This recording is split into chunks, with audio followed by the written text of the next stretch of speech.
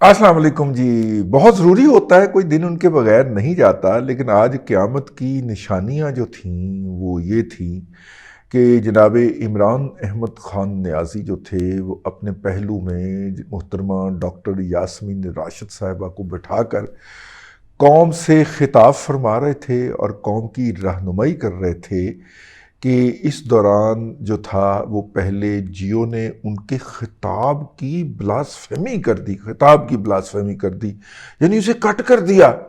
ابھی وہ خطاب کرتے ہی تھے تو انہوں نے آف کر دیا. میں نے کہا جیو تو اصلی غدار ہے، وہ تو پی ٹی آئی کا مخالف ہے، اس نے تو ایسے کرنا ہی تھا. میں بھاگ کے جناب بولنے بھی کر دیا ہوا تھا، اے آر وائی نے بھی کر دیا ہوا تھا. خان صاحب کا خطاب جو تھا اس کا آخری حصہ میں بھاگ ادھر ادھر گھوما ہوں کہ شاید کہیں پہ ان کا کوئی آخری حصہ چل رہا ہو. پھر میں نے سوچا کہ وہ آخری حصہ بند ہو گیا ہوگا یا ان کا خطاب ختم ہو گیا ہوگا. لیکن لوگ کہتے ہیں کہ نہیں، خطاب ختم نہیں ہوا تھا، آخری حصہ جو تھا اس کو ختم کر دیا گیا. بعض لوگ جو ہیں اس کو آئی ایس پی آر میں ہونے والی ایک حالیہ ٹرانسفر سے جوڑ رہے ہیں. میرا کوئی ایسا ارادہ نہیں، ٹھیک ہے. میں بالکل بھی نہیں کہہ رہا کہ ایسا ہے، کیونکہ اگر آپ کسی یوتھیے سے بات پوچھیں کہ بھائی آپ یہ کس حماقت میں لگے ہوئے ہیں، تو وہ آگے سے ہمیں سمجھاتا ہے کہ دیکھیں خان کی تقریر جو ہے وہ پہلے لفظ سے لے کے آخری لفظ تک سنائی جاتی ہے، اور ایسا جو ہے وہ آئی ایس پی آر کی حکم کے بغیر ممکن نہیں ہے. تو آپ کیسے کہہ سکتے ہیں کہ عمران خان کو اندر سے نظام کی حمایت حاصل نہیں ہے؟ تو پھر جناب حافظ صاحب نے کوئی ٹرانسفریں کی ہیں، سنے ہیں، تو پھر اس کے نتیجے کے اندر آج نوٹ کر لیجئے 19 فیبروری کے دن تقریباً کوئی 12 سال کے بعد یہ واقعہ ہوا ہے کہ جناب عمران احمد خان نیازی صاحب جو تھے وہ قوم کی سمع خراشی فرما رہے تھے، قوم سے خطاب فرما رہے تھے. ساتھ میں انہوں نے ایک خاتون بھی بٹھا رکھی تھی گواہی کے لیے. وہ کیا کانٹینٹ ہے اس پہ پھر ہم بات کریں گے. لیکن وہ تقریر کٹ کر دی گئی. اتنی بڑی بلاسفیمی، اتنی بڑی خان صاحب کی انویسٹمنٹ جو ہے پروڈیوسروں پہ، کیمرہ مینوں پہ، این ایل ایز پہ جو ہوئی ہے، اور وہ یوتھیے بنے ہوئے ہیں پورے، وہ کسی نے ایک ٹرانسفر کر کے زیرو کر دی ہیں جی. خیر یہ تو ہے اس کا ایک ٹیکنیکل ایسپیکٹ جس کے اوپر میں نے کہا میں آپ کو پہلے نشاندہی کرتا چلوں. اب آ جاتے ہیں ہم خان صاحب نے جو تقریر فرمائی ہے. خان صاحب کی تقریر کا عنوان تھا کہ بھائی جان آڈیو جیڑی لیک سی وہ لڑ گئی ہے. جی عنوان یہ ہے کہ آڈیو لیک لڑ گئی ہے. اس کا ملزم کو جس طرح وہ خبر لکھی ہوتی ہے نا کہ ملزم کو اس امر کا بہت رنج تھا، اس کا جناب عمران احمد خان نیازی کو بہت رنج ہے کہ جناب وہ جو آڈیو ریلیز ہوئی ہے.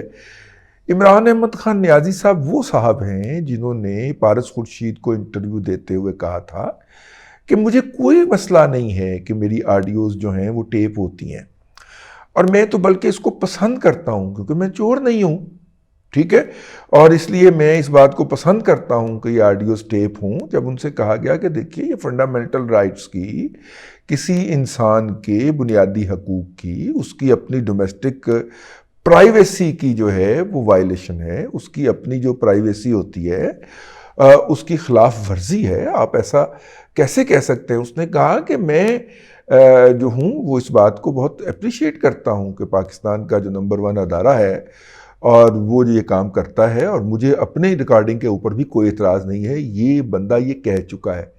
تو وہ عمران احمد خان نیازی کیا ہوا جو اپنے ہر کہی ہوئی بات سے یو ٹرن نہ لے، اپنا ہر تھوکا ہوا چاٹے نہ بلکہ تہاڈا بھی تھوکیا بھی چٹ جائے، ٹھیک ہے. وہ عمران احمد خان نیازی کیا ہوا؟ وہ امیر عبداللہ خان نیازی کا بھتیجا کیا بھانجا تھا، بھتیجا تھی بھانجا تھا، اب بھتیجا ہے. وہ امیر عبداللہ خان نیازی کا بھتیجا ہی کیا ہوا جو اپنا تھوکا ہوا نہ چاٹے بلکہ باقیوں کا بھی تھوکا ہوا چاٹ لے بھائی، ٹھیک ہے، ہریالی زبان جو ہے.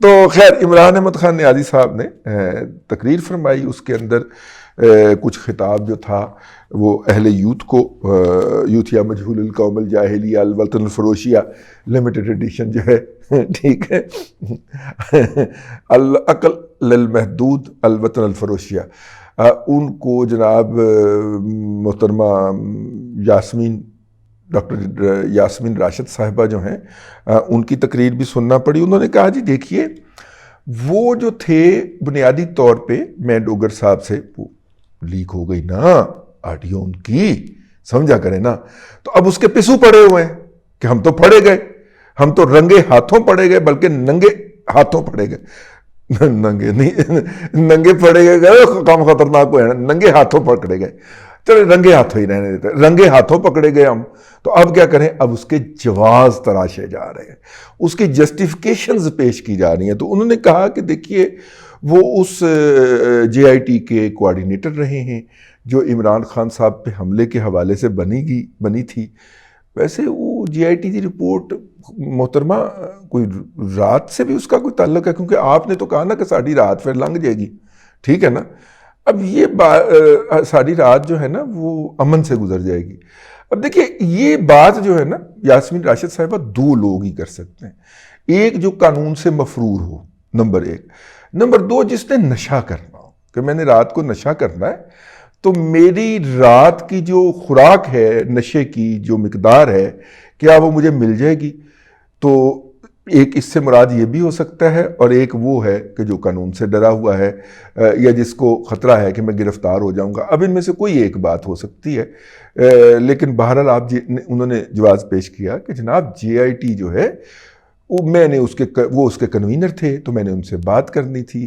اب جے آئی ٹی کی رپورٹ جو ہے نا محترمہ وہ عدالت کے سامنے سبمٹ ہو چکی ہوئی ہے، اب اس کے اندر اس جے آئی ٹی کے اندر ان صاحب کا کردار ختم ہو چکا ہوا ہے، ٹھیک ہے، اس جے آئی ٹی کے اندر کیا ہے، چار ارکان نے کیا کہا اور ان صاحب نے وہاں پہ کیا کہا، یہ ایک تھے اور باقی چار کے چار رکن جو کہ پی ٹی آئی نے چن کے اپنے یوتھیے اپوائنٹ کیے تھے، ان چاروں کے چاروں نے کہا کہ یہ جھوٹ ہم نہیں بول سکتے جو عمران احمد خان نیازی کہہ رہا ہے، ٹھیک ہے، اور اس کے بعد انہوں نے بھاگم دوڑ کر کے ریکانسٹیٹیوٹ یہ وہ سارا کچھ کہا۔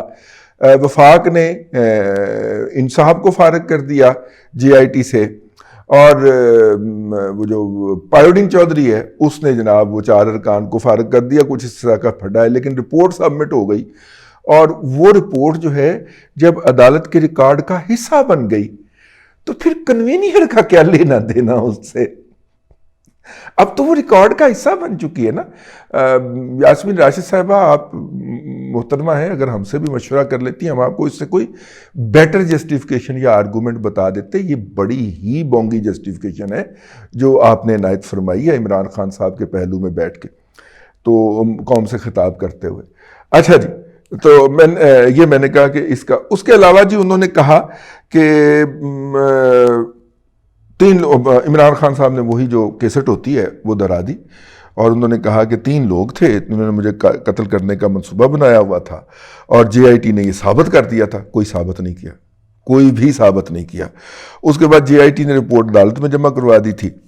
تو اب دیکھیے بات یہ ہے کہ جو رپورٹ ہے بنیادی طور پہ جو ان کی گفتگو جو لیک ہوئی ہے، اب یہ کہہ رہے ہیں کہ جی یہ ہماری پرائیویسی کے اوپر اٹیک ہوا، بالکل ہوا ہے، ایسا نہیں ہونا چاہیے، بالکل بھی نہیں ہونا چاہیے۔ انہوں نے نام لے کے کہا کہ آئی ایس آئی اور دوسرے ادارے یہ ریکارڈنگ کروا رہے ہیں، سانوں کی پتہ کروا رہے ہیں کہ نہیں کروا رہے، آپ چونکہ لوگوں کی کرواتے رہے ہیں تو اس کے لیے آپ کو پتہ ہوگا کہ کون کرواتے ہیں۔ اب جو ہے اس لیے انہوں نے کہا کہ جی میں اس کے خلاف سپریم کورٹ کو میں نے لکھا ہوا ہے کہ اس کے خلاف ایکشن لیں۔ اب سپریم کورٹ کے اندر جو ہم خیال بینچ ہے اس کو اپنی پڑی ہوئی ہے، ہم خیال بینچ نے ڈوگر کو بحال کیا، لیکن ڈوگر کی بحالی کے حکم کا جو حکم نامہ ہے تحریری وہ سائن نہیں کیا، اور اس کے 2 ارکان جو تھے وہ لاہور تشریف لا چکے ہیں۔ ایک تو 80 کروڑ دا کار، یار کی ہیرے لگے ہون گے وہ کار دے وچ۔ ماڈل ٹاؤن کے اندر میں نے پچھلے دنوں ایک صاحب بتا رہے تھے کہ وہاں پہ کوئی 4 کنال کا گھر ہے، اور وہ ایک بہت بڑی ہاؤسنگ سوسائٹی کے مالک نے، جو کہ رائے ونڈ روڈ پہ بہت بڑی ہاؤسنگ سوسائٹی ہے ان کی، انہوں نے ماڈل ٹاؤن کے اندر اپنا 4 کنال کا یا گھر بنایا ہے، ٹھیک ہے، اور انہوں نے خریدا ہے، اور کتنے کا خریدا ہے؟ 30 کروڑ کا۔ ٹھیک ہے، 30 کروڑ کا خریدا ہے اور بڑی دیر سے وہ گھر سیل پہ لگا ہوا تھا. گل یار اپنے رفاقت ڈوگر صاحب، ٹھیک ہے، وہ بھی ماڈل ٹاؤنین، انہوں نے بتایا مجھے کہ وہاں پہ ایک گھر بڑی دیر سے بکنے پہ لگا تھا، تو اب ان صاحب نے خرید لیا. اچھا جی، انہوں نے خرید لیا ہے. اور اب کینٹ میں چلے جائیے، کینٹ میں تو زمین بھی اپنی نہیں ہوتی، وہ لیز پہ ہوتی ہے. 99 ایئر کی لیز ہوتی ہے لیکن ہوتی لیز ہے. تو کینٹ میں 4 کنال کا گھر 80 کروڑ کا، ہیرے ہی لگے ہوں گے اس میں، ہیرے ہی جڑے ہوں گے، اور اس کے علاوہ تو کچھ نہیں ہو سکتا. تو بہرحال جو ہے لیکن یہ بھی ہے کہ کینٹ کے اندر جو لیز آپ خریدتے ہیں وہ بھی تو اب 6-7 کروڑ روپے تک تو بڑے آرام سے پہنچ گئی ہوئی ہے نا پر کنال. تو اس صورت کے اندر جو ہے 35-36 کروڑ کی وہ ہو گئی. تو انفراسٹرکچر یا آپ کتنا کا آپ اسٹیبلش کر سکتے ہیں؟ لیکن اس وقت مارکیٹ ویلیو کہی جا رہی ہے کہ اس مکان کی 80 کروڑ ہے. تو بہرحال سر وہ ایک صاحب تو اپنے 80 کروڑ والے مکان میں آرام کرنے کے لیے تشریف لائے. دوسرے صاحب وہ ہیں جن کے گھر سے ایک دفعہ گولی کا خول برآمد ہو گیا تھا اور ARY نے کھپ ڈال دیا تھا کہ جج صاحب کے اوپر قاتلانہ حملہ ہو گیا. اور پھر ثاقب نصورے نے بک بک کی تھی، بڑکے ماری اس 2.5 فٹے نے، او بڑکے ماری ہیں، یہ کر دیاں گا میں، وقت پا دیاں گا میں، آ کر دیاں گا میں، او کر دیاں گا. وہ پولیس نے کہا جی بابے وہ تھوڑا جا اولاد رکھو، ایسا دی کوئی گال نہیں ہوئی.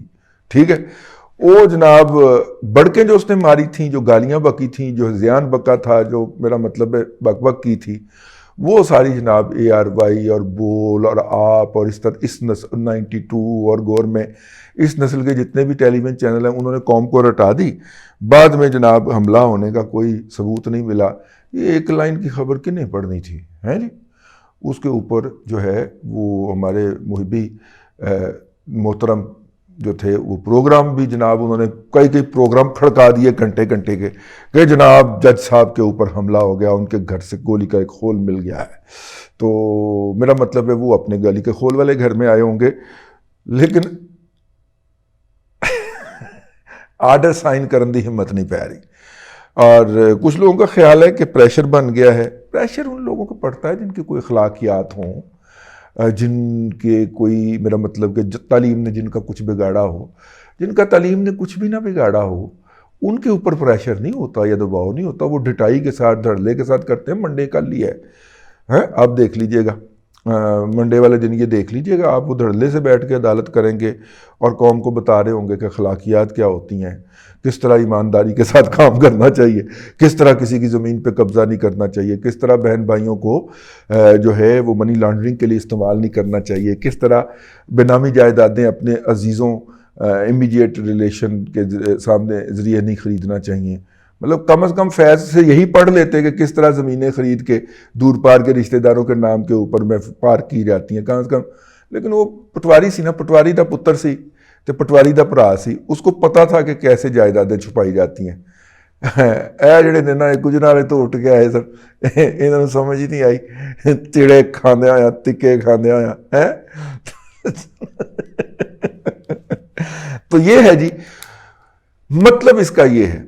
ٹھیک ہے، کہنا میں یہ چاہتا ہوں، کرکس آف دا میٹر یہ ہے کہ بھائی جان وہ جو ہے نا آڈیو ڈاکٹر یاسمین راشد اور ڈوگر علی وہ لڑ گئی ہے بھائی جان.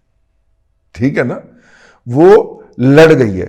اور اب یہ دیکھیے گا کہ تموڑی جو ہے نا وہ لڑتی تو پنڈلی کے اوپر ہے، نیچے پاؤں میں ہے، لیکن کما پورے جسم کو دیتی ہے، پھر پوری جگہ پہ سی بندہ کرتا پھرتا ہے.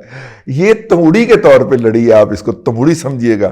یہ جو کی ہے، جس نے بھی لیک کی ہے، بھی سانوں کی پتہ کن نے لیک کی ہے، جن نے لیک کیتی ہے جاؤ دے خلاف گل کرو اور او دے سامنے کرو. ٹھیک ہے نا، ہمت ہے تے اپنے لنگڑے پن دا سہارا لے کے گھر چ قید بند ہو کے کرن دی بجائے اس کے سامنے کریں جناب. جا کے آپ پارا جا کے پورا سامنے جا کے بھوک ہڑتال کریں کہ آپ ہماری ریکارڈنگ کر رہے ہیں. کرو، ہمت کرو، نکلو کرو. ٹھیک، اب تک کے لیے اتنا ہی. اگلے ولاگ کے اندر پھر حاضری ہوتی ہے. اللہ تبارک و تعالیٰ آپ کو آسانیاں عطا کرے اور آسانیاں خلق خدا میں تقسیم کرنے کی توفیق عطا کرے.